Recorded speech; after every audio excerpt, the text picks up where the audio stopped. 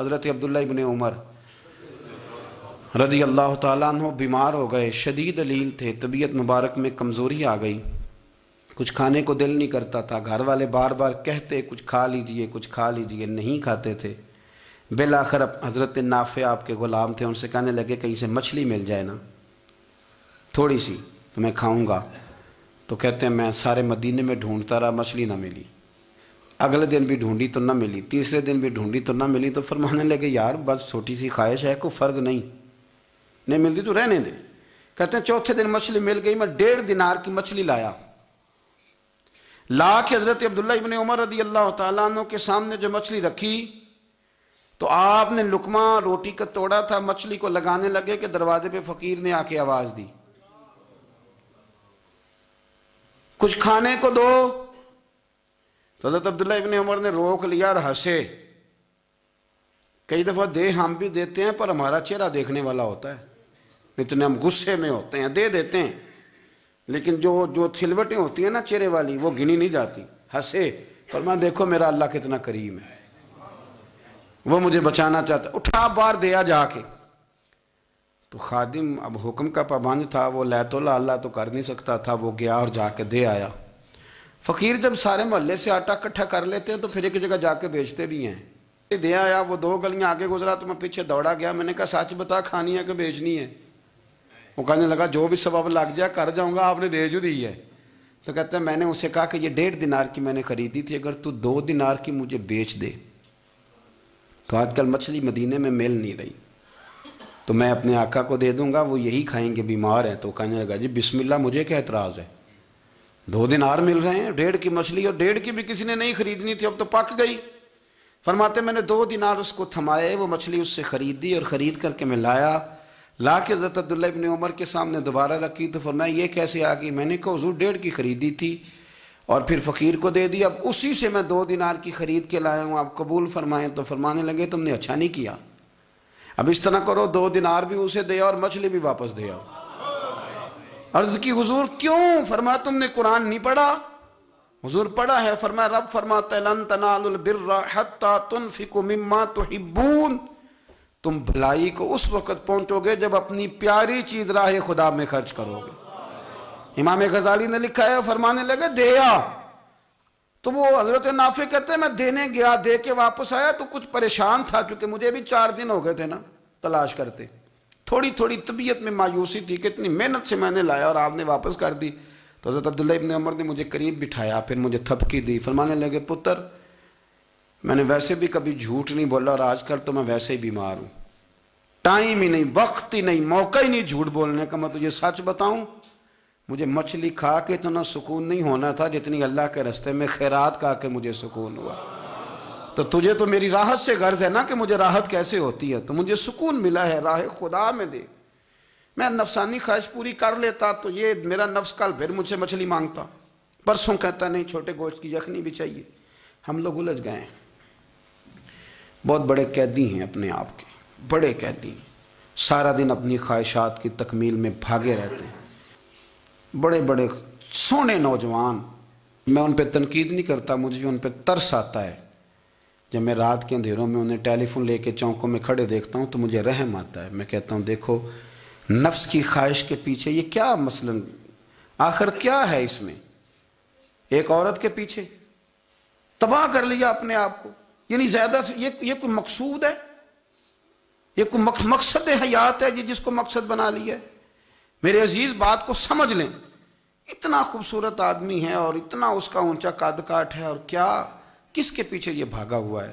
بڑا سمجھدار، دانشور، عقل مند آدمی، ذی روح بندہ، لیکن اس کا سٹیٹس آپ یہ ملاحظہ کریں کہ وہ 20-40 ہزار کی خاطر جھوٹ بولتا ہے، دھوکہ دیتا ہے، فریب اور فراڈ کرتا ہے۔ ہم اپنی نفسانی خواہشات کے پیچھے اس طرح بھاگتے ہیں کہ ہم اصل سے رہ جاتے ہیں۔ میری باتوں کی سمجھ آ رہی ہے آپ حضرات؟ تھوڑا تھوڑا کر کے، ایک ایک کر کے ان کی باتیں کم مانیں۔ وہ ضروری تو نہیں نا کہ سویرے ناشتہ بازار سے اپنی مرضی کا تگڑا کیا ہے، بازار سے لا کے پوڑیاں چنے بہترین کھائے، اور پوڑیاں چنے ابھی کھائے نہیں، شاپر میں ڈالے ہوئے ہیں، اور وہ لے کے ابھی آ رہا ہے تو ساتھ ہی رستے سے گوشت بھی چھوٹا اچھا لگا تو 2 کلو وہ بھی لے آئے کہ پوڑیاں چنے کھاؤں گا اور دوپہر کے لیے گوشت پکاؤں گا۔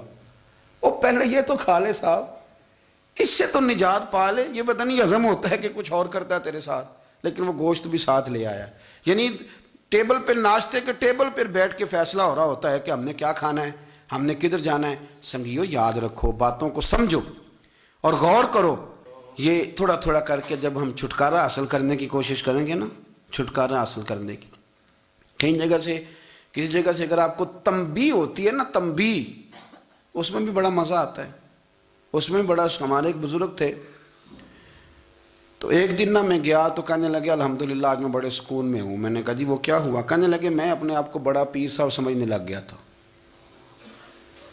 تو ایک وابڈا کے کسی آدمی سے کام تھا، تو میرے ایک دوست نے مجھے کہا ہے کہ پیر صاحب اس کو ٹیلی فون کر دیں، سنا ہے آپ کا عقیدت مند ہے۔ میں نے اس بندے کو ٹیلی فون کیا تو کہتا ہے پیر صاحب میں عزت آپ کی بڑی کرتا ہوں پر یہ کام نہیں ہو سکتا۔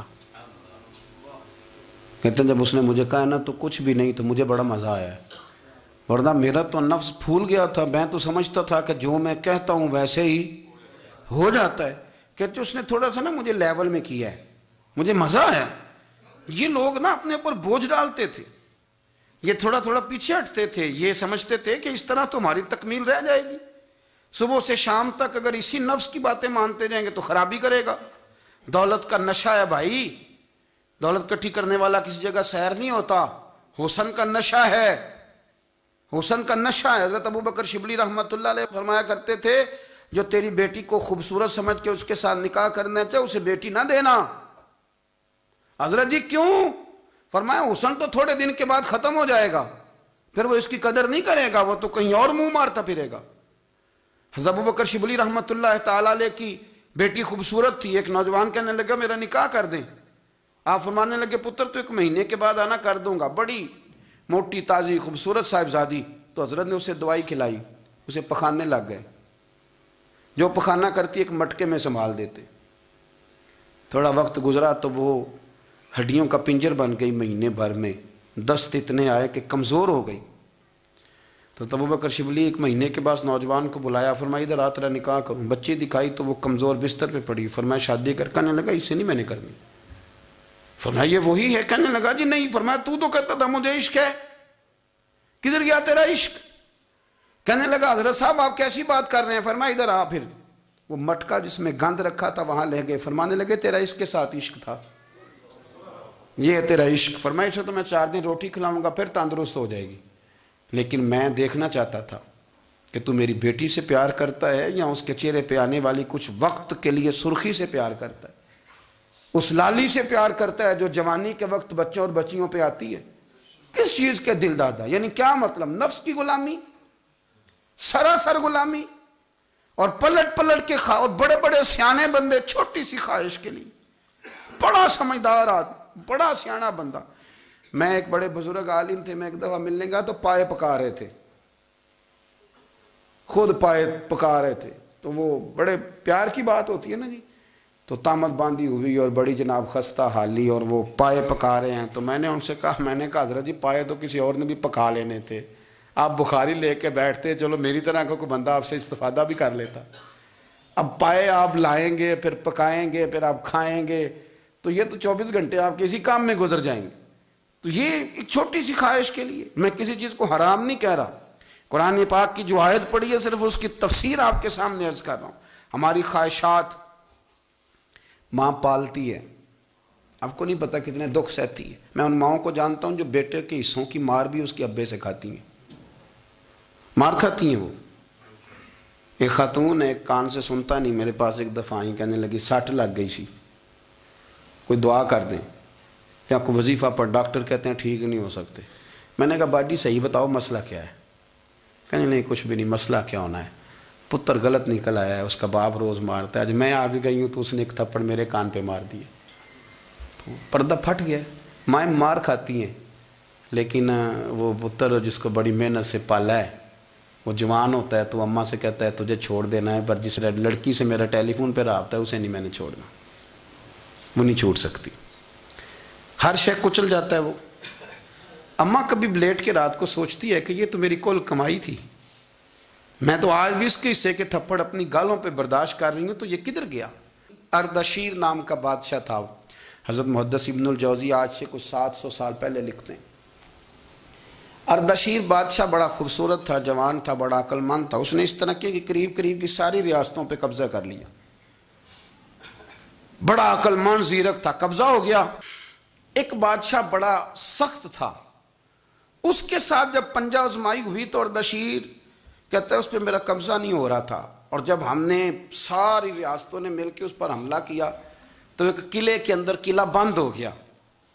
اردشیر بڑا خوبصورت آدمی تھا، بڑا سمجھدار تھا، تو وہ بادشاہ قلعہ بند ہو گیا، اس نے کہا نکلنا ہی نہیں۔ اب وہ اندر بند ہے، یک بارگی حملہ کیا تو وہ بڑا قلعہ تھا، اس میں بند ہو گیا۔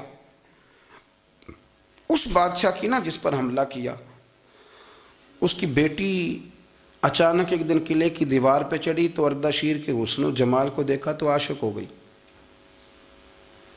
اور اپنے ہی باپ کے خلاف اسے کہنے لگی کہ اگر تو میرے ساتھ شادی کا وعدہ کرے نا تو میں تجھے رستہ بتاتی ہوں حملہ کرنے کا۔ اس نے کہا میرا وعدہ رہا، تو رستہ بتا۔ اس نے رستہ بتایا اس لڑکی نے، اور بادشاہ نے حملہ کیا تو اس کا باپ قتل کیا، اس علاقے پہ قبضہ کیا شادی کے وعدے پر۔ ہاں نفسانی خواہش بندے کو اندھا کر دیتی، نہیں سمجھ آتی اس کو میں کدھر جانا ہے، اندھا کر دیتی۔ حملہ کیا، اور جب اس لڑکی کو لے کے آیا نا اپنے محل میں، تو پہلے دن شادی کی پہلی رات تھی، تو بستر بچھایا کنیز نے، تو وہ کبھی کروٹ ادھر بدلتی کبھی ادھر بدلتی، تو بادشاہ کہنے لگا کیا ہے؟ کہنے لگی بستر میں کچھ ہے، مجھے تکلیف دے رہی۔ اس نے چراغ جلائے، اور جب بستر اٹھایا تو ایک اتنا سا دھاگا نکلا۔ دھاگے سے عموماً تکلیف نہیں ہوتی، تو اس نے کہا تو اتنی نرم و نازک ہے کہ دھاگا؟ کہنے لگی میرا باپ نا میرے ساتھ اتنا پیار کرتا تھا کہ روز میرا بستر بھی خود بچھاتا تھا، اور اس نے آلہ رکھا ہوا تھا، وہ ناپتا تھا کہ کوئی پایا اونچا نیچا تو نہیں، میری بیٹی کا بیلنس سوتے وقت خراب نہ ہو جائے، اور میرے لیے گوشت اور کپڑے بھی خود پسند کر کے لاتا تھا، کھانے پینے کا خود خیال کرتا تھا۔ اردشیر کہنے لگا اچھا وہ اتنا پیار کرتا تھا، اور پھر تو نے اس کے ساتھ کیا کیا؟ کہنے لگا بلاؤ کنیزوں کو بلایا، فرمایا اس کو اٹھاؤ اور جلاد کے پاس لے جاؤ، اسے کہو کہ اس کے بال ایک گھوڑے کے ساتھ باندھے، پیر دوسرے گھوڑے کے ساتھ باندھے، اور ایک گھوڑا ادھر بھگا دے، کدھر بھگا دے، یہ جس کے باپ نے اتنا پیار کیا یہ نفس کی اتنی غلام ہے کہ اس کی وفادار نہیں رہی تو میری وفادار کیسے بنے گی؟ اس نے اتنے نازوں سے پالا کہ دھاگا اسے برداشت نہیں۔ او یارو یاد رکھو، اگر نفس کی غلامی کرو اور بڑے بڑے وفاداروں کو چھوڑ کے غلامی کرو تو پھر کہو وفادار مل جائیں، کوئی بول اب لڑا نہ بول بیٹھی ہوں دے خسم ناراض بڑ بولیاں دے، کہاں سر کھائے تے بلبل ٹھنڈ پائے، بڑے فرق نہیں سجنا بولیاں دے، جڑیاں خسماں دی وچ رضا وسن، پاگ جاگ جاندے انہاں گولیاں دے، آپ ادلیاں نو سردار پین تکے تے شرما والیاں نو چوٹے ڈولیاں دے۔ اپنے نفس کے پیچھے چلو گے تو یہ تباہی ہے۔ جب ہم نے کسی سے وفا نہیں کی تو یہ کیا امید ہوئی کہ دنیا ہم سے وفا کرے گی؟ اللہ رسول کی مرضی کے مطابق اصول پسند زندگی بنائیں، ایک ایک کر کے اپنی خواہشات سے پیچھے ہٹیں، تھوڑے پہ گزارا کرنا سیکھیں، اپنے نفس کو سمجھائیں۔ ضروری نہیں کہ روٹی ہر وقت مزے کے لیے کھائی جائے، کبھی کمر سیدھی کرنے کے لیے خشک روٹی بھی کھا کے دیکھو، کبھی سادہ کھانا اس پہ بھی اکتفا کرو، کبھی تھوڑا کھر کے اچھے طریقے سے سادے کمرے میں بھی اللہ کو یاد کر کے دیکھو۔ نفس کے پیچھے نہ بھاگیے گا، تباہی کرے گا۔ رب کریم سمجھنے کی توفیق رفیق عطا